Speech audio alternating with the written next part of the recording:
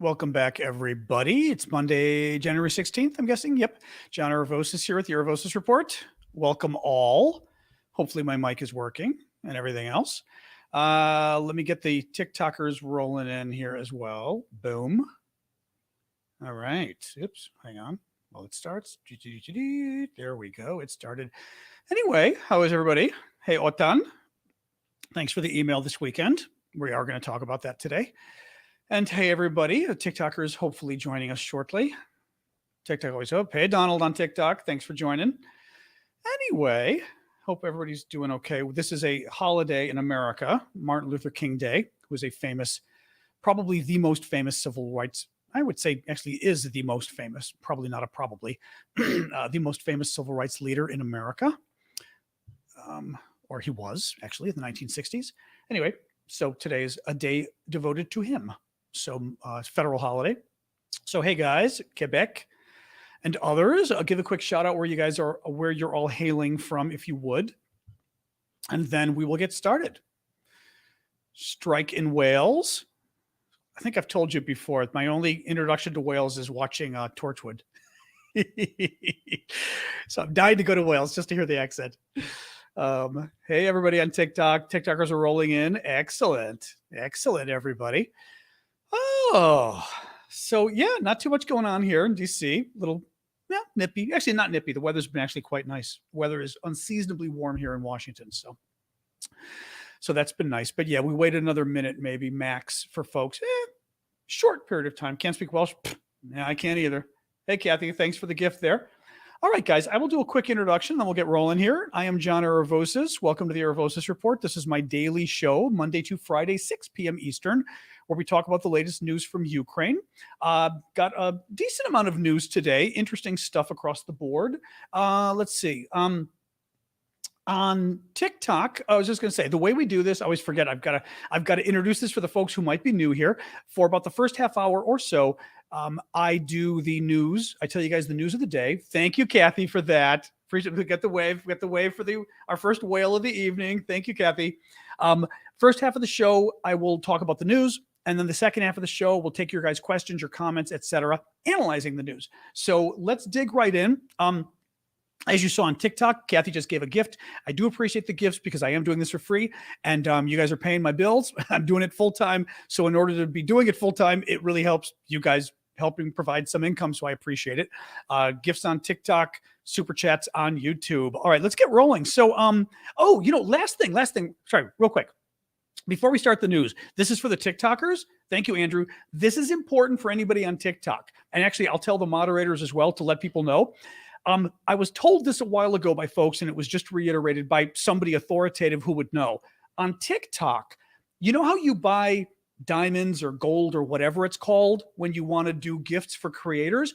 Buy those on your computer, not on your phone, and you will be able to buy the initial gold or dollars or whatever it is. You will get a much better exchange rate, so to speak, for the dollars you spend on your computer to then buy diamonds or buy gold or whatever it is you buy, but the actual thing you charge your credit card or whatever, do it on your computer. You'll get a much better exchange rate, and that's for all the. Thank you, Ellen, for that. That's for any of the creators you do it for. Just to throw it out there for you, because help you get more for your money. So there you go. All right, guys, let's get rolling. So. This weekend, you might be familiar that the British government on, I think it was Saturday, said that that they are going to be sending 14 Challenger 2 tanks to Ukraine. This is a big deal.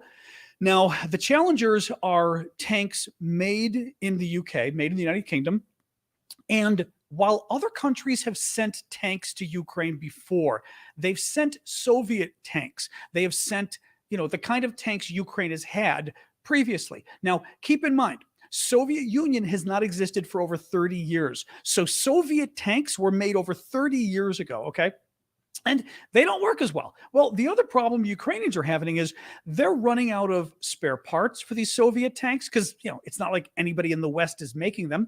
They're running out of ammunition for these Soviet tanks. So the big discussion, and this part, of course, has been about the West providing tanks to Ukraine, but tanks that are actually made in the West. Okay, so Western-made tanks. The British government is the first government to step forward and say that it is going to send 14 British-made tanks, the Challenger 2 tank, to Ukraine. This is a big deal and a wonderful deal. It's important that Ukraine get these tanks, but also, just as important as the actual tanks themselves, is nobody has been willing to give Ukraine Western tanks until the Germans, until the Brits did it. And the hope is that Britain now giving these tanks will provide maybe an incentive or even some pressure on other governments like the German government. Now, let's talk about the German government. So there have been stories for the last couple of weeks that the German government is considering providing German tanks to Ukraine. Now, the German tanks that they're talking about are the Leopard 2 tanks. The discussion isn't necessarily whether Germany will provide the tanks directly. The bigger issue is several countries, including Poland, including Finland, have already purchased German tanks. They use German tanks. Thank you. Thank you. I'm not going to pronounce your name. I was at Jewboy 8. Thank you for that. These names on TikTok always throw me. Sorry. The Germans. So here's the deal. 13 countries in Europe have bought German tanks. In order for those countries to give those tanks to Ukraine, if they want to, they have to get a re-export license from Germany. The idea is, and it makes sense, if you're selling your weapons to anybody, Europe, for example, America, let's say we're okay selling our weapons to France or somebody, right?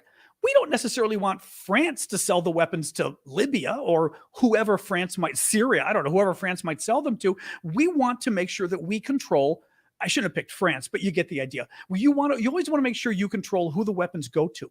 So it means that you build into the deal. It's part of the contract is that if you ever want to give those weapons, sell them, whatever, to another country, I get to tell you whether you can or can't do it. You've got to seek my permission first. So Germany, the big debate now that's been going on in the last couple of weeks about Germany and the tanks is, will Germany give its permission for Finland and Poland, among other countries, to provide their German-made tanks that those countries have to Ukraine? Because Germany gets to decide. Well, the concern is growing as to whether Germany is going to decide that they'll allow the re-export. NATO military chiefs are meeting on Thursday in Germany. This is a meeting that happens pretty much every month in Europe. I believe it's held every month, and it's the ministers of defense, the secretaries of defense, but also the America's chairman of the Joint Chiefs of Staff. I forget if you guys say chief of staff in Britain, but basically the top military uniformed officials as well for the defense get together and they figure out aid for Ukraine. Well, the decision is whether the Germans, when this meeting hits this Thursday in 4 days, 3 days, I guess, really, whether the Germans are going to give permission for their Leopard 2 tanks to be given by Poland and Finland, among others, to Ukraine. Now, Michael Clark is this very good British defense analyst who is on Sky News a lot. He was on today talking about the provision of the British tanks and then also the German tanks. He said that it probably will take about 10 to 12 weeks to train Ukrainians on these tanks, whether it's the British tanks or the German tanks, but to train them on these tanks, thank you, Benji, for that. The training includes, of course, literally driving the tank, but also maintaining the tank, right? You've got to train mechanics on how to keep the tank up to date. I mean, basically, you've got to keep servicing these things to keep them running. The mechanics need to learn how to do it too. He said it'll probably take about, let's pretend this week Germany approves the tanks at all. It'll take 10 to 12 weeks, he said, for the training and the shipment of those tanks to meet Ukraine.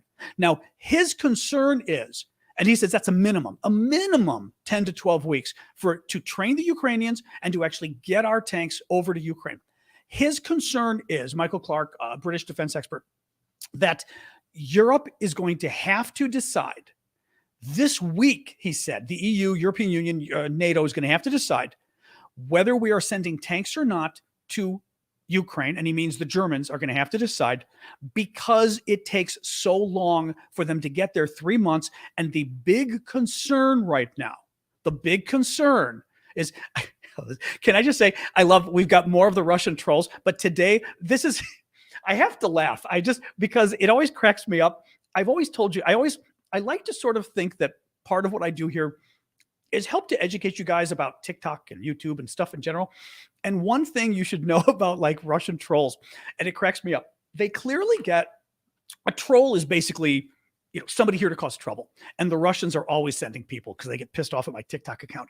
Well, they send people and they give them talking points, but they don't really tell them what they mean. So that they typically use a talking point. And I've told you guys this before. Any of you who are regulars know this, how they use talking points that don't really make sense. Well, this person goes, you are a leftist person. And it's like, I just got done talking about why we need to provide tanks to Ukraine. And that makes me a leftist person. I got to tell you, if that makes me a leftist person, then the definitions of left and right have really changed from when I was a kid. But I love that. Like, you want to give tanks to Ukraine. That makes you a leftist. I got news for you, honey. That a lot of things make you a leftist. Well, nowadays, maybe it does. But in any case, sorry, back to the news here. So the concern is that the Russians are planning, we think, a big offensive, meaning a big attack against the Ukrainians. It could happen even in the next month or two. The Ukrainians have been saying that it could happen as early as January or February, right? We're January right now. There have been concerns that maybe there'd be a big attack from the Russians in spring, right? Once Ukraine warms up a little bit. Now, spring could be March, it could be April. And I was just reading today, Institute for the Study of War, which is a big defense think tank here in Washington, D.C., very reputable, very well respected. And Institute for the Study of War is saying that they think quite possibly the Russians will mount some kind of attack against you, but a big one, a counteroffensive, a really big attack against Ukraine in the next 6 months. So possibly as early as, or not as early, maybe as late as June. That they didn't explain, Clark didn't explain why he felt these German tanks needed to get to Ukraine by April, but I think that's why. There's way too much chatter, as they say in intelligence circles, meaning there's too much discussion we're hearing. The Ukrainians are hearing the Russians are going to have a big attack in the next month or two.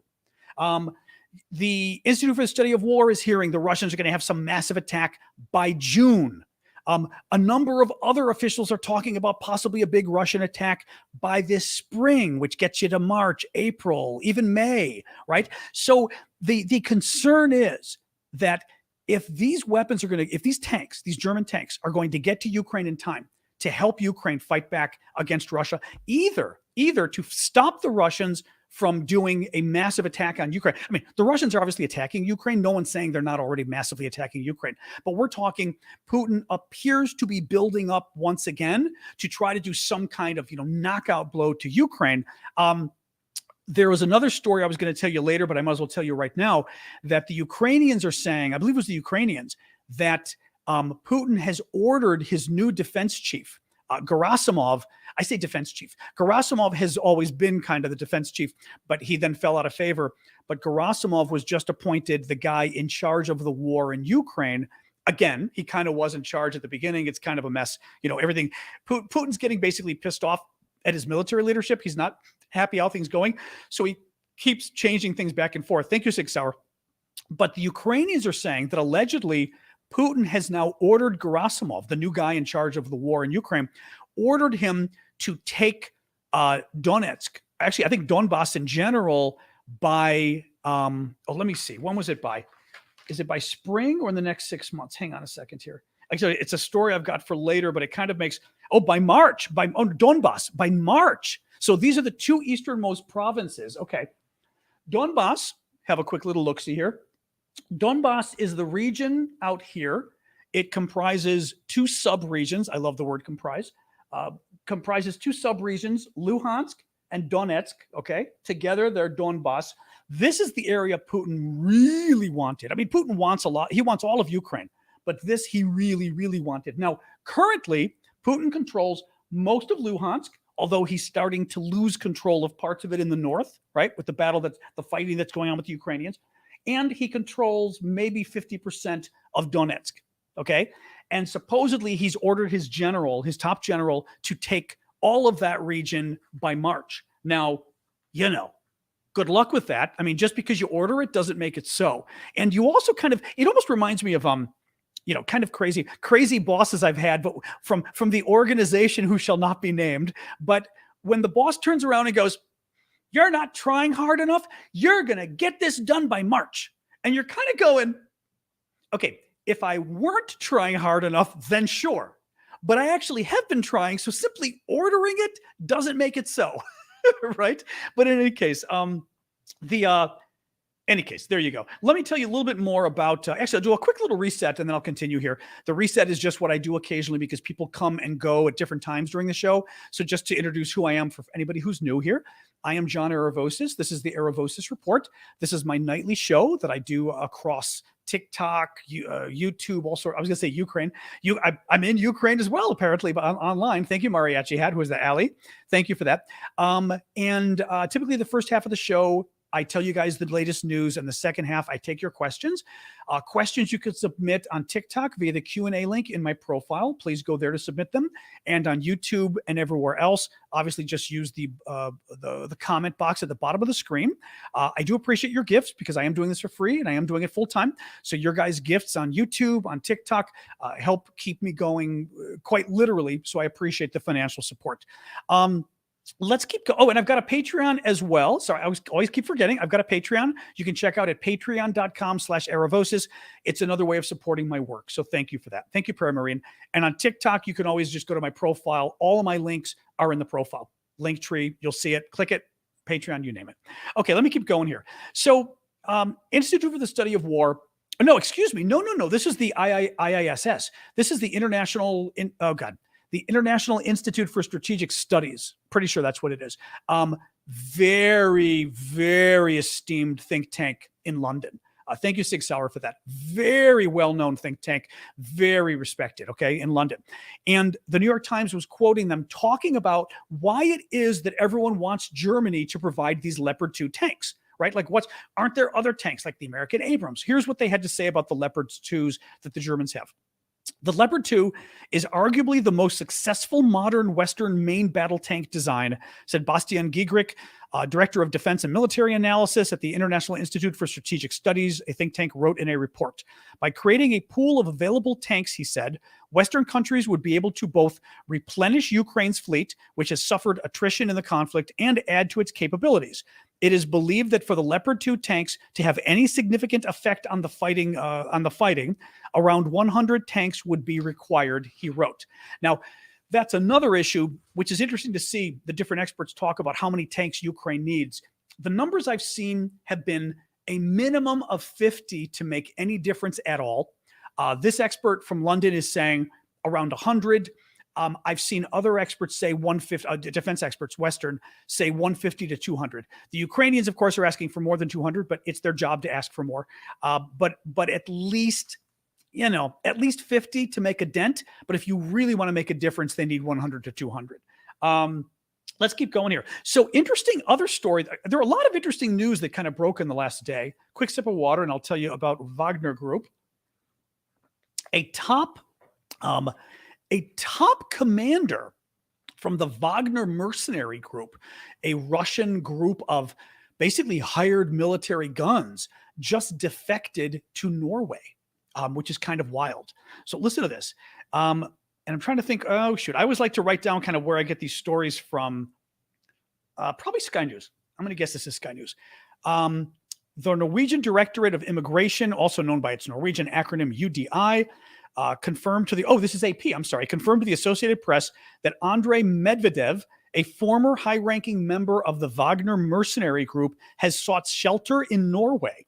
It is believed that the person, and then what AP did, AP then I'm trying to think who this is. Hang on a second. Oh, okay. They're saying more information here. So Medvedev was reportedly on the run since July 6th. He reportedly has told a Russian human rights group that he is ready to tell everything he knows about the Wagner group, which is this murderous mercenary group that is run by a Russian oligarch. The oligarch is named, I think it's Yevgeny Prigozhin. He's a top friend of, friend, I don't know what you want to call him, I guess colleague of Vladimir Putin. He's one of the corrupt Russian billionaires, and he is running this mercenary group, these basically military guns for hire. Thank you, Flower Lady, for that. I appreciate that. Well, there you go. That was the end of the story. So going to be interesting to see what happens with this, because he says he's got dirt on the war crimes as well. This wasn't actually in the story I was reading here, but I read it this weekend on basically what Wagner was doing and the kind of war crimes they've done. And he's going to spill the dirt on, I believe, Prigozhin, who's the leader of the group, but also potentially Putin himself, which is going to be wild. Soledar, quick update on that. So Soledar, dropping things as I talk to you here. Soledar is Ukrainian town, eastern Ukraine. Two towns we talk about a lot in eastern Ukraine, Soledar and Bakhmut, okay? Soledar and Bakhmut are both pretty much where my finger is here, right to the east of Kramatorsk, right to the sort of southwest of Severodonetsk. Bakhmut has been a town that the Russians have been trying to take for something like 6 months now. The latest data that actually Michael Clark, the British defense expert, said today, 5,000 Russian troops have died trying to take the town of Bakhmut in the last 6 months. 10,000 have been wounded. That takes 15,000 men out of commission of the 40,000 or so that have been fighting in the Wagner group. This Wagner mercenary group I just told you about, they've been the main fighters who have been fighting to take Bakhmut, okay? Interesting that basically he's saying that Wagner just lost a third of its men fighting for this stupid area. The area just isn't that important. I mean, it's been horrific fighting, okay? This is actually, by the way, for those of you who helped out in our previous fundraisers, Bakhmut is the region where we raised money and bought several generators and backup batteries for Ukrainian troops to power their kitchen, to power their field hospital, to power their drones, their phones. That's Bakhmut, okay? In any case, anyway, so Michael Clark was saying that the Russians, obviously significant cost. He pretty much thinks that the Ukrainians have in fact lost Bakhmut. He says the Russians are in control. The Ukrainians may have, the Ukrainians say they're still there and fighting, and they probably are. But for all intents and purposes, he believes that actually, did I say Bakhmut? He believes that Soledar has been lost. The suburb of Soledar, Bakhmut, has not been lost. And he said, it doesn't look like Bakhmut's going to be lost anytime soon. So basically, the Russians have been fighting to take over this town, like, I forget, 70,000 people or something like that. 6 months, not succeeding. Now they're going after the smaller suburbs that are like 10,000. 10,000 people aren't there anymore because they got scared off, but there were like 10,000 people in these suburbs. And they picked off one of the suburbs, which is great, but, it's not making a huge difference. This was an interesting story I saw. This was shared by one of the defense experts I was reading on Twitter. I don't have substantiation for it, but it's one of the guys I follow who I do trust, and it just is such a great story. Listen to this anyway. Thank you, Dan, for the crown. He says that the Ukrainians eliminated a Russian attack group and saw that one of the Russians had dropped an encrypted radio. So the Ukrainians sent a drone in to pick up the radio, okay? To pick up the radio. Yeah, sorry, didn't mean to say Bakhmut. Pick up the radio, bring it back, and for the next 9 days, the Ukrainians were listening into the Russian communications where the Russians were planning a number of additional attacks, and every time the attack happened, the Ukrainians ambushed them because the Russians didn't realize they got their encrypted radio. I hope it's a true story. Like I said, it came from somebody I trust, but he didn't give any sourcing, but pretty cool if it's true. Quick little reset, 2 more stories, and then we'll just jump right into questions. I am John Aravosis. This is the Aravosis Report, your nightly show for the latest news on Ukraine.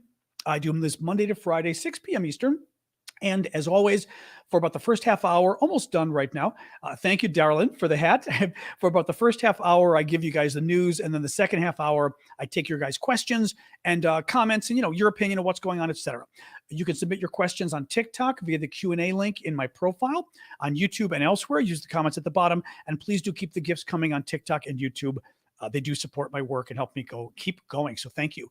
And we've got the Discord. I'll go to the Discord afterwards for a little bit. I've got a Discord set up as well.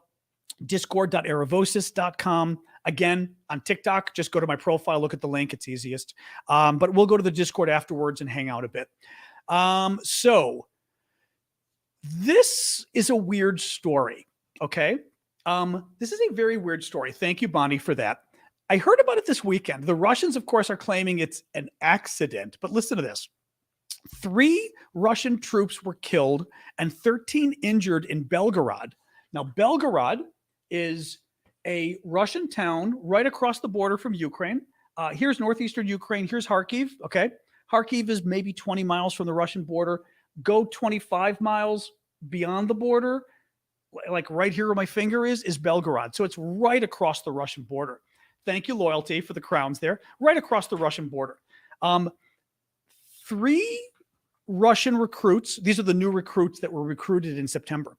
3 of them killed, 13 injured in an ammunition blast after, and I love that they put this in quotes, after a soldier mishandled a grenade. It's like the Russians are saying, thank you, Ben, for that. The Russians are saying the soldier mishandled the grenade and it went off in an area where they store ammunition. Now, I read a different story that said that one of the Russian soldiers was really pissed off at his fellow Russian troops and threw the grenade at them. Who knows? It's always possible that they mishandled something, but you know. And new recruits too, just to add to it. I mean, Anyway, thank you for the gifts there. Who was that? Valerie. The final story I was going to tell you, this one just kind of made me laugh. And this goes to the issue of how well Russia is doing in terms of its manpower. Putin is allegedly offering citizenship to foreigners in exchange for enlisting in the Russian army. Russian authorities have been, this is according to the Ukrainian General Staff, this is via the Kyiv Independent. Russian authorities have been offering foreigners in Russia Russian citizenship in exchange for enlisting in the country's armed forces. In other words, you join the Russian army, you serve, valiantly, and they let you become a Russian citizen. The thing is, who the hell wants to be a Russian citizen? But seriously, I guess if you're already in Russia, but think about this. Hey, here's an idea. Why don't you come fight our terrible war? I'm Putin here. Come fight my war that has no justification, my war that has no plan, my war that has really bad weapons, and my war that I'm losing. Come fight that war, very likely get killed, and to thank you for putting your life on the line in a really sucky war, I'm going to give you, wait for it, Russian citizenship. And I've sort of been crafting a joke that I'm still working on, but it's something to the effect of, and it's not a joke at all. We've got 2 million people who try to cross the U.S. border illegally every year, okay? 2 million try to cross the U.S. border. They don't come here because they hate America, okay? They come here, thank you, Truthful. They come here because they have an image of America as a place that they can make a better life for themselves and their family. Thank you, Christoph. In Russia, you do not have 2 million people a year illegally trying to to stampede. I supposed to use the word stampede, Annie, to stampede the border and break into Russia. In fact, you have 1 million Russians that just fled to the border and left, and you had Russia passing a law making it illegal for anybody else to flee to the border and leave because people are trying to avoid military service. The idea that you're going to get more of these people by saying, hey, I know the war sucks. I know everybody's dying, but we'll give you Russian citizenship, that citizenship that is your passport to the world. Can you imagine? Russian citizenship. Whatever. It just drives me a little crazy. Anyway, enough of that. All right, that's it for the news. Let's jump to the questions on TikTok. As I said, guys, go to my profile. You'll see the Q&A link. Click it, submit questions there. The rest of you can submit questions via the comment box. Let me see here. Oops, glasses amungo. Thank you for the hat there, Christoph. Please do keep the gifts coming. I am John Aravosis. This is the Aravosis Report. It is my nightly show Monday to Friday, 6 p.m. Eastern, where we talk about the latest news from Ukraine. And this is the part of the show now where I take your guys' questions, also your comments. Happy to, oh, you're very welcome. I see somebody saying thank you, Pitrimku. That I don't know. Is that where you are? Let me see here. I'm going to guess it's from Pitrimku for supporting Ukraine. You're very welcome. I didn't know what Pitrimku meant. You're very welcome. Thank you for saying that. Sorry, we got a very nice thank you for supporting Ukraine to everybody on TikTok from somebody in Ukraine. How nice was that? Thank you, Chris Jones, for the super sticker. We can start with Belarus. Jor Prime is saying, do you think there'll be another invasion from Belarus?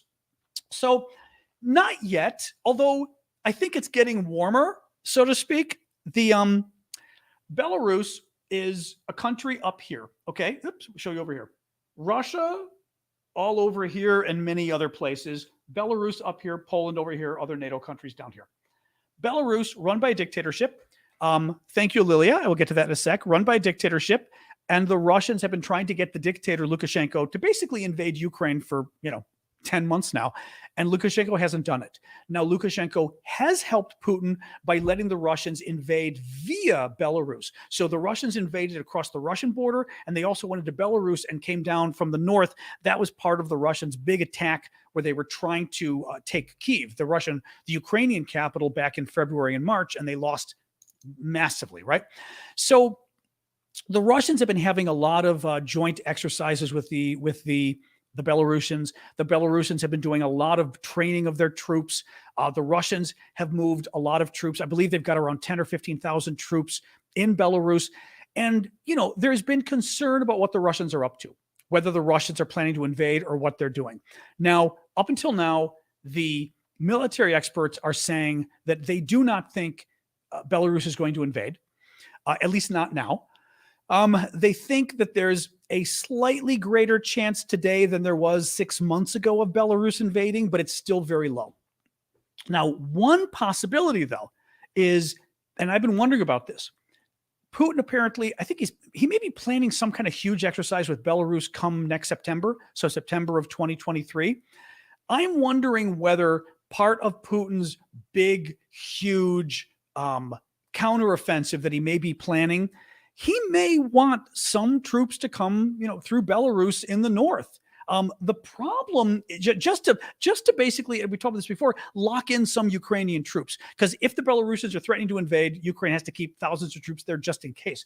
The problem for the Belarusians is the border is heavily fortified. I mean, the Ukrainians have put a lot of mines and everything else.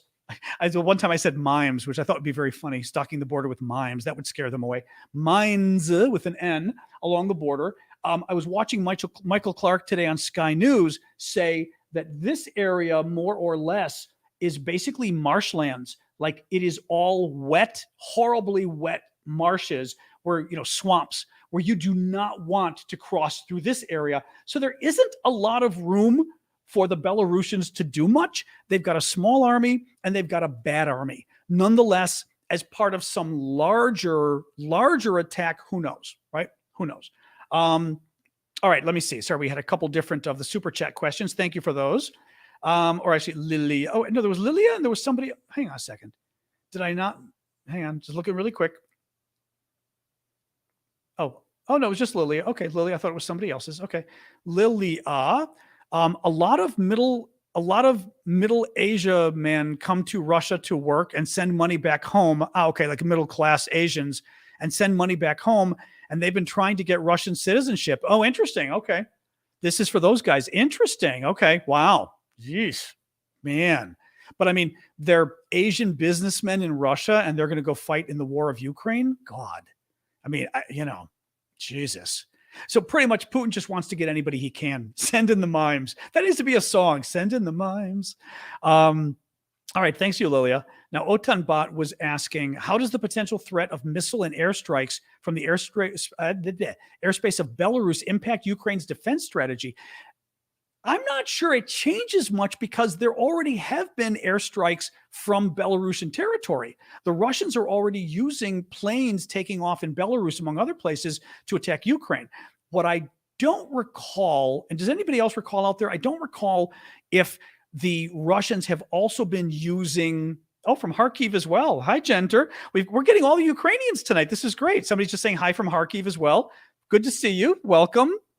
Привет to you as well. Whether the sorry, I was getting pulled away here. Oh, from Belarus. Whether they're also using artillery or anything like that shooting off from Belarus, or like the S-300 missiles. I do know that it has been coming from Ukraine, from Russian planes taking off from Belarus and shooting. So that's already been happening to a degree. The problem with Belarus, with all of that stuff, with all of the attacks, is the Ukrainians don't want to be giving. But what are they using Belarus for? Is my question. Is it just the planes taking off and bombing, or is it also artillery? Is it also S-300s? Surface to surface. Well, they're using them as surface to surface missiles. They're surface to air missiles, but nonetheless, the problem for the Ukrainians is they don't want to attack Belarus because they don't want Belarus to enter the war. Even though Belarus has a small army, a bad army, it's still a pain, right? If Belarus were to invade from the north, I always like to point this out because I think looking at the map, it's important to see. Belarus is up here, okay? The actual fighting going on in Ukraine is here in Kherson, and then the big fighting is over here, Bakhmut and Soledar, and then you've got like Crimea and Svatove. You got, in other words, a lot of important. I would say the most important fighting right now is happening over here. The Russians would like nothing better than to force the Ukrainians to move several thousand troops up here, so they've got it just in case the Belarusians invade, right? So that's what's going on with it.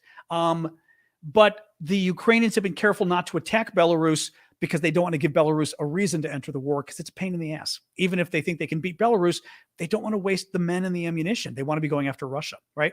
So that's an ongoing concern, is what I'm saying of Belarus. Hang on here. PB&J is saying, I've heard the people don't like Lukashenko in Belarus. Why aren't they doing anything? They don't like him. The armed forces aren't real thrilled either about the prospect of going to war in Ukraine. I am not the expert on, now mind you, I'm not the expert on Belarus, but he's a dictator. I mean, he is a dictator. This guy throws his political opponents in jail, right? For 15 years or longer. A lot of young kids he's been sending to jail. It's not always easy to stand up and overthrow a dictatorship, right? I mean, you've got to want to, like in the Russians' case, it's not even clear that the Russians want to overthrow their government, right? They seem to be happy with it. But you'd have to get somebody that's a bigger expert. I will tell you this, and again, the Belarusian, foreign policy experts could tell you, the Belarusians did rise up. Was it 2019? I think they rose up, and Putin had to come in and basically help support the government so that Lukashenko didn't get overthrown. So there have been rumblings from the people, but the last time they did it, they got, in essence, literally shot down.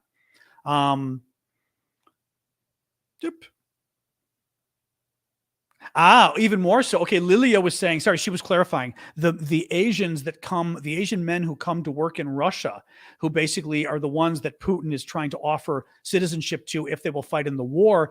They're not even businessmen. They're poor construction workers. Okay, so they're basically, they're migrant workers. I mean, not unlike the migrant workers probably who go to Dubai and places like that, right?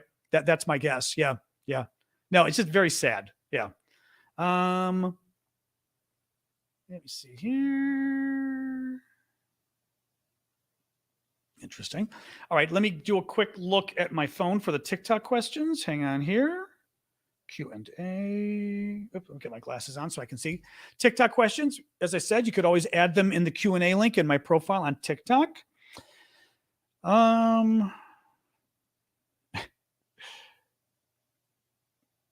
I'm not up on what's going on with Switzerland and the air defense missile systems, other than Switzerland as being kind of a pain in the ass across the board.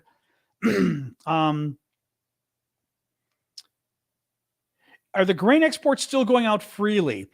I saw a story right before I came on with you guys that a number of ships just went. The Russians were kind of causing trouble again. I know several weeks ago, slowing things down by claiming, slowing down the inspections they get to do. But I did see a report that more ships went out today. So my suspicion is it's probably going out more slowly than it was before, but they're still going because that was considered a positive sign, the stuff that went out today, or that was at least reported on today.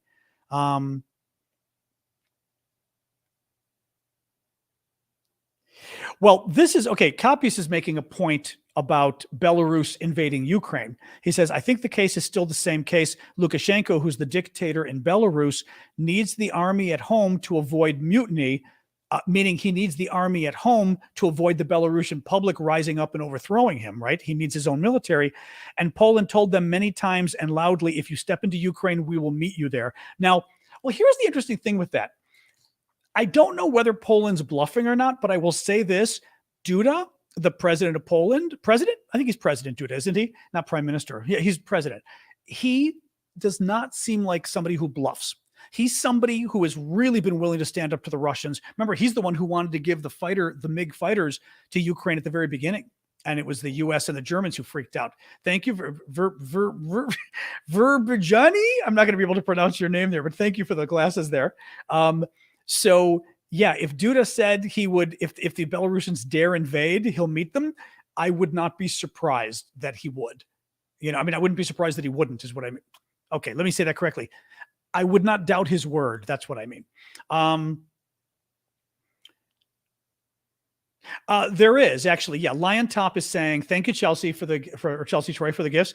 Lion Top is saying, surely there's a contingency plan to cover the Belarusian threat. It would be easy to place slow build defenses and train lower grade troops in that defensive area. They have. The Ukrainians, I know, have laid a lot of mines in the area. Thus the mime joke, mines. They probably have dug some trenches and things as well. But the mines were the big thing I knew, but apparently they've done a lot of defensive work anyway. But, you're still putting troops there that even the lower trained troops could still be somewhere else. They could be helping elsewhere if you didn't have to worry about that area. So it still is a little bit of a suck, Yeah, oligarchs to the marshlands, exactly. Thank you for the hat there, Annie. Sorry, looking at more questions here. That's interesting. Mario is saying the Belarus has a trash army, but the special police forces are well equipped. Lukashenko has more to do to keep his own people quiet than defending his country as a Russian puppet. Wait, Lukashenko has more to do to keep the own people quiet than defending his country. Okay, not sure what you mean by the last part there. But nonetheless, yeah. So he's got special police forces too. They're very good. What else we got here? All right, let me the Discord link. The Discord link is, you can simply go to discord.aravosis.com. We'll take you to the Discord, where we will go meet afterwards at the top of the hour. All right. Oh, thank you, Motec. Well, you just heard me say it, but I'll write it down anyway. Discord.aravosis.com. And remember, you can always find all my links at aravosis.com. On TikTok, you can also find them in my profile. You'll see the Linktree link. But in general, aravosis.com will take you to my Linktree, which is all of my links, Discord, Patreon, you name it. So just as an FYI. Yeah, I saw that. So Paul Phillip is asking about the German defense minister who resigned today. Kind of weird story. What I mean is, I don't know that it has any impact on Ukraine. The Germans will be able to tell you more, but there seems to be a lot of German politics going on with that defense minister. She was not well respected. She apparently sort of screwed up multiple times. She made several gaffes, including not knowing the military grades. I don't know, commander, lieutenant commander, whatever. I don't know them, but I don't pretend to be a military guy, right? But all the exact, she just had done a lot of stupid things. Why she was forced to resign, or I don't know. But I certainly did not get the impression, because to me, what was interesting was that she was resigning right when this debate over the tanks was going on. I was worrying that the government was going against the tanks and she wanted them, and maybe that was it. There's no indication of that. It seems to be much more a internal German problem of she was a kind of a shitty defense minister, basically, is what it looks like. Still, you know, you gotta wonder. But yeah, thank you for that, Paul. CK Arietta Art. What are your expectations for the Ramstein meeting this week? Yep, that's the, yep. Should we expect major decisions about weaponry? So the Ramstein meeting is the meeting that the NATO allies are having in Germany on Thursday. This is their monthly meeting. Top defense officials from the NATO countries get together. Typically, it's like in America's case, it's the Secretary of Defense and the chairman of the Joint Chiefs. So typically, the top military, the top political military person, the top appointee, and the top general, in essence, are the two who come. And this has been going on for several months now. It was jointly agreed to do this when NATO got together. I think it's maybe NATO and other countries too, I'm not sure. But when NATO got together months ago with the defense leaders and they said, hey, this was very helpful, let's meet once a month, and basically to coordinate aid to Ukraine. So, I mean, the big decision going into Ramstein on Thursday is what will the Germans do in terms of approving these Leopard 2 tanks or not approving them. That's the big thing. Now, that tends to be more of a decision going into it, like people are hoping Germany decides before the meeting. What I also can imagine is that if Germany either hasn't decided by the meeting or says no before the meeting, then you're going to have 40 other countries or something that are going to pile up on Germany at the meeting. That's my guess. So, I mean, I would think the big decision about weaponry is going to be that, because then you've got, if the Germans say yes, keep in mind, as I've said, this is not about Germany necessarily providing tanks. Germany may not have tanks to provide. I mean, Germany, I think I was reading today, Germany's got something like 300 tanks. It's give or take 300 tanks or something like that. During the Cold War, Germany had several thousand tanks, but now they've only got 300 because and this is sort of Europe's problem overall, and it's not Europe's fault. All of us thought that when the Soviet Union dissolved and went away in 1991, that we no longer were at risk of going to war with Russia in a land war, A, war with Russia, and B, war with Russia in a land war in Europe. In other words, Russian tanks coming across Europe. So the Europeans were able to get rid of their tanks. America had a lot of tanks there too. We got rid of them because the tanks were no longer necessary, right? We were worrying about Taiwan, and getting to Taiwan involves boats and planes, right? We were worrying about terrorism in the Middle East. I mean, not just terrorism, but state actors of terror in the Middle East, right? Iraq, Iran, Libya at the time, this kind of stuff. So, yeah, in any case. So, I mean, I think the big decision is going to be Germany's tanks. I don't know whether we expect anything else big about weapons. Oh, I know what I was going to say. The second part of that was also then talking to the other to the 13 European countries. We already know that have already bought the German tanks in the past, that have them. We know Poland and Finland have already offered to provide tanks to Ukraine, but there's another, 11 countries that have bought German tanks. And I suspect there'll be some lobbying to get some of those countries to pony up their tanks as well. That would be my guess. Hang on here.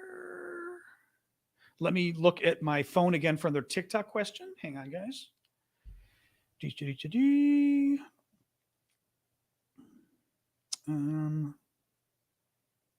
Yeah, I mean, with the Russians wanting Bakhmut so badly, are there natural resources that the Russians want in the area, and what are they? So yeah, so Bakhmut we talked about is the city. It's only like a city of 70,000 people. It's not a huge town in eastern Ukraine. The Russians have spent 6 months going after this city. They haven't been doing very well. As Peace on Mars just said on TikTok, there are salt mines. I believe there's also something else. I believe they're gypsum. I think it's gypsum is the other mine. There's one other kind of mine there with a mineral in it. It is not clear, though, that is it the biggest mine in Europe? Okay. Okay. I mean, gypsum as well. It could be because of the mines. Strategically for the military, it's not important. There's an aspect of ego playing here because the main, if not the only, military entity that's fighting. Thank you, Inspired Woman, for the gift there. The main military entity that is fighting there in Bakhmut is the Wagner group. It's this Russian mercenary group. They're the ones who are fighting. So the thought has been that the oligarch, the rich Russian billionaire who runs this military mercenary group, he has been in a long-term battle with the Ministry of Defense, because the Ministry of Defense wants normal Russian soldiers to be doing this fighting. The Prigozhin, the billionaire, wants his mercenaries to get the fighting. So each of them have been kind of fighting each other to prove who's best. Well, therefore, Prigozhin never wanted to give up on Bakhmut, because if he gave up, it would mean he's a loser, and he lost, right? So part of the reason that they keep fighting there is simply because this guy Prigozhin can't admit that he screwed up and can't admit that he's losing, or not losing, but can't admit that he's not winning. There. From what I'd read, there are some roads and trains going through there that are important. Sorry, Jens was just asking that are important, but they're not important enough. I mean, literally, I haven't seen anybody disagree with this. All of the defense experts are saying that it is insane that Russia has been going after this region.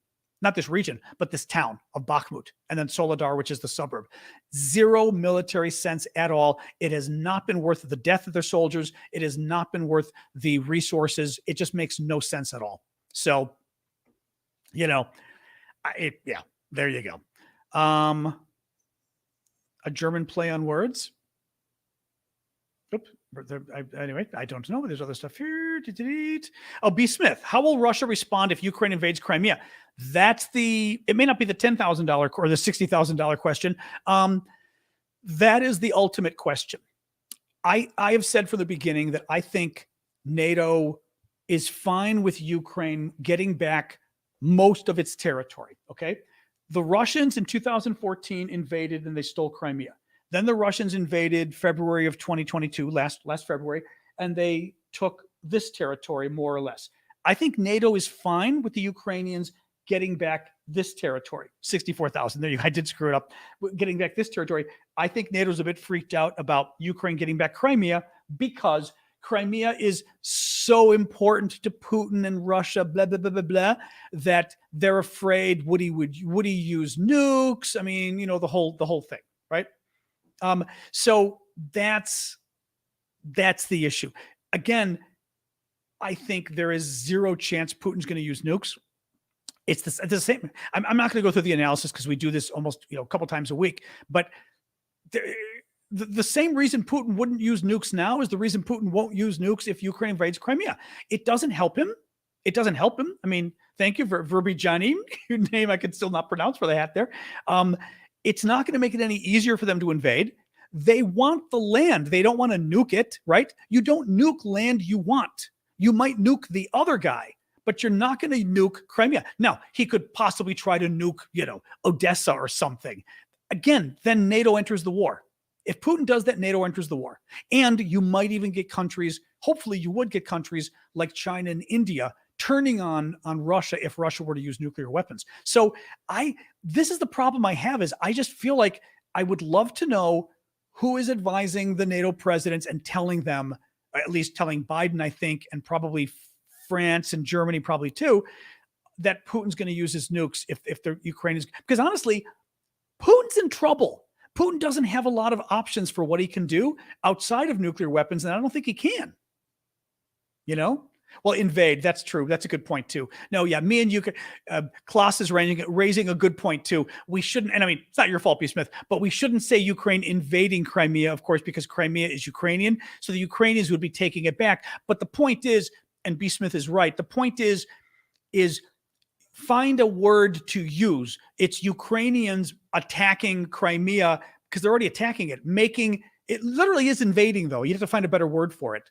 It's not liberating, though. It is Ukrainian troops entering Crimea, basically, in essence, is what it is. But yes, so that is what everyone's afraid of. Yes, I disagree, like I said, but that's the big fear NATO has. So, I don't know. We'll work on the language. We'll work on the language. Let me find another TikTok. Oops, sorry. Here, let me see. Was there anything else here? All right, and Lily, I got you. All right, let me look here again. Another TikTok question. We got a couple more minutes, and then we'll call it quits and go to Discord for a few minutes.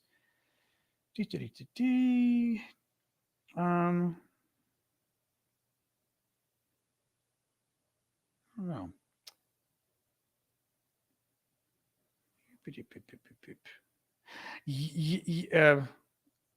UFOs in Kyiv's airspace. That's funny. I didn't hear about that. I know there's been an increase in UFO sightings in the U.S. in the last couple of years. Nothing on Putin's health. Nothing new on that. I'm going to go and look at anything else here.